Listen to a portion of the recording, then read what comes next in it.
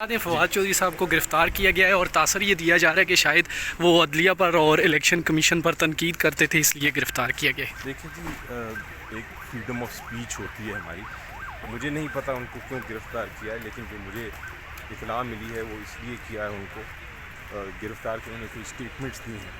اب جب آپ اسٹیٹمنٹس دیتے ہیں، مثلا جس طرح میرے بھائی صاحب نے ابھی اسٹیٹمنٹ دے دی، اگر آپ اسٹیٹمنٹس دیتے ہیں، فریڈم آف اسپیچ یہی کہتا ہے کہ آپ جو ہے اس کے مطابق آپ سنیں اور برداشت کریں. تو یہ سلسلہ کہاں تک جاری رہے گا، کب تک جاری رہے گا، آپ کو کیا لگتا ہے؟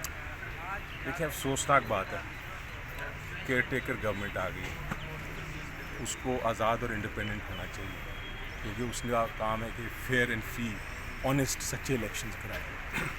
اگر وہ ایک پولیٹیکل اوپوننٹس کی بہاف پہ اریسٹ کرنا شروع کر دے اور ہیرس کرنا شروع کر دے لیڈرشپ کو جنہوں نے الیکشن لڑنا ہے، تو میرا خیال ہے کہ وہ آئین کی خلاف ورزی ہے. مگر پھر جج اور الیکشن کمشنر کے گھر والوں تک بھی پہنچنا اور ان کو یہ دھمکی لگانا کہ آپ گھروں میں محفوظ نہیں ہوں گے، آپ یہاں گھروں میں رہ نہیں سکیں گے، کیا بات مناسب ہے جو فواد چودھری صاحب کی طرف سے کی گئی ہے؟ دیکھیں، مجھے نہیں علم کہ انہوں نے کیا بات کی، ان کو کیوں اریسٹ کیا.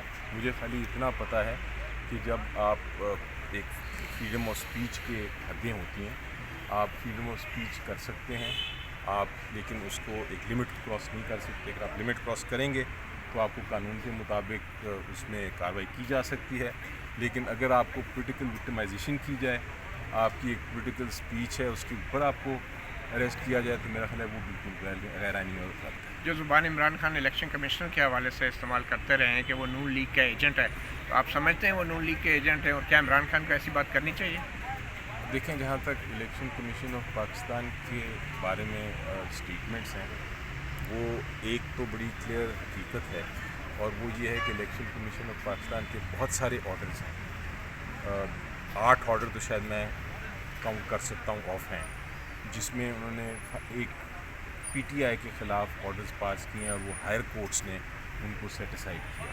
تو اس سے تاثر یہ ملتا ہے جس طرح کہ وہ الیکشن کمیشن آف پاکستان ایک ہی جماعت کے خلاف یا ایک ہی پولیٹیکل پارٹی کے خلاف آرڈرز پاس کر رہی ہے. دوسری طرف فارن فنڈنگ کیس آپ دیکھتے ہیں کہ فارن فنڈنگ کیس میں ایک طرف سے تو پی ٹی آئی کو انہوں نے پوری طرح ان کی اکاؤنٹس کو دیکھا، سپریم کورٹ نے کہا باقی جو پولیٹیکل پارٹیز ہیں ان کے اکاؤنٹس کو بھی دیکھیں گے، وہ نہیں دیکھا گیا. اس سے بھی تاثر